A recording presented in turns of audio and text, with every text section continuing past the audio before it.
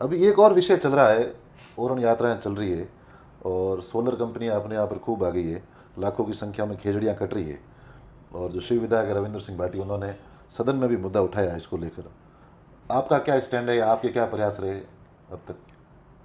ओरण को लेकर के भाई सुमेर सिंह जी सावता, भोपाल सिंह जी, ऐसे जैसलमेर की एक टीम है जो बड़े पवित्र भाव से लगभग 10 साल से ओरण बचाओ का अभियान चला रही है। वो चलाना भी चाहिए, क्योंकि ओरण और गोचर हमारी श्रद्धा का विषय है। हमारे पूर्वजों ने हजारों लाखों बीघा जमीन ओरण गोचर के लिए पहले जब जागीरदार थे तब छोड़ी थी कि हमारी गायें बची रहे, और देवी देवताओं के नाम पर ओरण की जमीन छोड़ी थी। तो उसको जो बचाने का लगातार 10 सालों से अभियान चला रहे हैं, वो हमारे लिए वंदनीय है। वो किसी तपस्वी से कम नहीं है। उन्होंने जो मुंह बोली जैसलमेर में हजारों बीघा ओरण की जमीन जिसको माना जा रहा है, वो रिकॉर्ड में दर्ज करवाने के लिए पिछले काफ़ी समय से संघर्ष कर रहे हैं। मैं भी 4-5 बार गया था जैसलमेर। लगातार उनसे सरकार का संवाद जारी है, लोकल माननीय दोनों विधायकों का संवाद जारी है। मैं खुद भी वहाँ गया था और मुझे लगता है कि इन्हीं दिनों में या तो सलट गया होगा या सलट जाएगा, क्योंकि सरकार स्वयं चाहती है कि ओरण की जो भूमि है वो रिकॉर्ड में दर्ज हो। सरकार ने कुछ हजारों बीघा दर्ज की भी है। सरकार लगातार सर्वे भी कर रही है और सरकार यही चाहती है कि ओरण भी बचे और विकास का काम भी हो। तो ये सरकार तो काम कर रही है। ये हो गया ओरण गोचर वाला विषय। दूसरा विषय आता है खेजड़ी का। तो माँ अमृता देवी ने आज से लगभग 300-350 साल पहले वास्तव में खेजड़ी के लिए 350 पुरुषों और महिलाओं का बलिदान हो गया था माँ अमृता देवी के नेतृत्व में। वो तो थी पवित्र मन से बात और बलिदान भी दिया। लेकिन कुछ लोग खेजड़ी के नाम पर राजनीति करते हैं। दिन में तो खेजड़ी के लिए धरना देंगे और रात में खेजड़ी से सौदेबाजी करके लाखों करोड़ों रुपए उगाएंगे। किसका उस खेजड़ी का परिणाम ये है कि ऐसे नेताओं ने अपने क्षेत्र में उस खेजड़ी काटने की इनकम जो आई है उससे कई होटलें बना दी, और समाज करते हुए जो समाज का नाम ले रहे हैं, समाज को कुछ नहीं दिया। समाज से जो करोड़ों रुपए का चंदा लिया है उससे यहाँ 2 बड़े भवन बना दिए 10-10 करोड़ के। एक तो ऑफिस बना दी 10 करोड़ की, और एक अपने चाचा का बड़ा बंगला आलिशान शीश महल 10 करोड़ का बना दिया। लगभग 25 करोड़ का खुद का बंगला कुछ ही दिनों में भूमि पूजन होने वाला है। वो समाज का पैसा। मैं समाज के आदरणीय सभी बंधुओं से निवेदन करता हूं कि करोड़ों रुपए का जो इन्वेस्टमेंट किया है उसका हिसाब किताब भी मांगना चाहिए। लोकतंत्र में यही सूत्र है।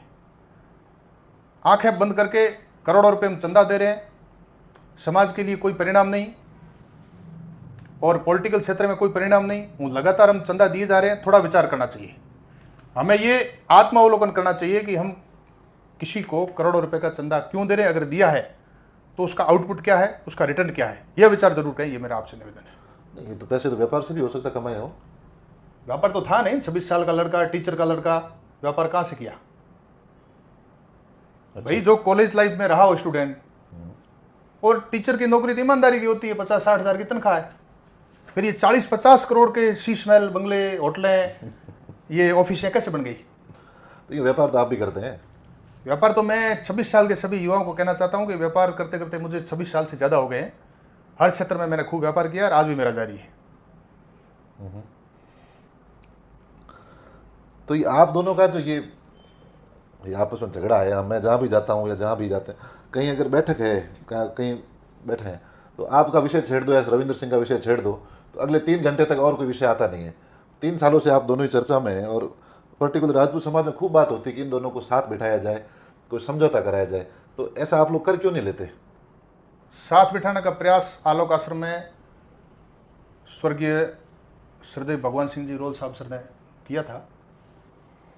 वो समय था साथ बिठाने का, लेकिन मैं तो साथ बैठ ही रहा था, बैठा ही था। अति महत्वाकांक्षी लोग थे, उस साथ नहीं बैठे। वो टिकट से पहले की बात थी, अब चुनाव के बाद कुछ हो सकता है? साथ में तो बैठने का कहाँ विषय है। सब अपना अपना काम कर रहे हैं। मैं मेरा काम कर रहा हूँ, वो अपना काम कर रहे हैं। अपना काम राजनीति में तो होता ही है, सब अलग अलग करते ही। एक ही जिले में कोई जरूरी थोड़ा ही एक ही जना राजनीति करे। 2-4 लोग करते हैं, 10 लोग करते हैं, सब लोग करते हैं। आज मान लो 2 लोग दिख रहे हैं, कल 5 लोग दिखेंगे, परसों 10 लोग दिखेंगे। राजनीति सबको खुल के करनी चाहिए। इसमें कोई एक होने की, लड़ने की कोई बात नहीं है। सब अपने अपने विचारों और सिद्धांतों को लेकर के राजनीति करे। मैं भी करता हूँ और दूसरे भी करें। कभी ऐसा कोई प्रयास उनकी तरफ से कि भाई ऐसा, या आपकी तरफ से कोई बड़े बुजुर्गों ने कोई ऐसी बात करी, चर्चा करी हो आपसे? पर ये चर्चा की आवश्यकता कहाँ है? मैं आज सत्ता में हूँ तो समाज का कोई व्यक्ति मेरे घर पे आता है तो मैं उसके लिए तत्पर रहता हूँ। हाथों हाथ फ़ोन करता हूँ, मेरे से जो बन पड़ता है उसके लिए मैक्सिमम प्रयास करता हूँ। बस मुझे लगता है कि मुझे मेरा दायित्व निभाना चाहिए। मैं एक समाज का छोटा सा अंगभूत घटक हूँ, तो मैं मेरा फर्ज उतारूँ। मेरा सहयोग कम हुआ ज़्यादा हुआ मैं उसमें नहीं जाता। आज सरकार हमारी होने से, हमारे माध्यम से काम हो रहे हैं, तो हमारे लोगों के काम, जो हमारे पास लोग चल करके आते हैं, उनके अधिकांश काम हो, ये हम प्रयास करते हैं। बाकी सब अपना अपना काम करें। आगामी भविष्य में कैसे देखते हैं खुद को, संगठन में जाना चाहते जिन्होंने हैं? रामचरितमानस की कस्में खाई, गीता की कस्में खाई, मैं कभी जीवन में फील्ड नहीं छोड़ूंगा, 6 महीने बाद लोकसभा चुनाव लड़े और अब पूरे इंडिया में देश विदेशों में घूमते हैं, तो कम से कम रामचरितमानस की कसम नहीं खानी चाहिए। गीता, रामचरितमानस ये हमारे पवित्र ग्रंथ है, इनसे थोड़ा परहेज करना चाहिए। ठीक बात।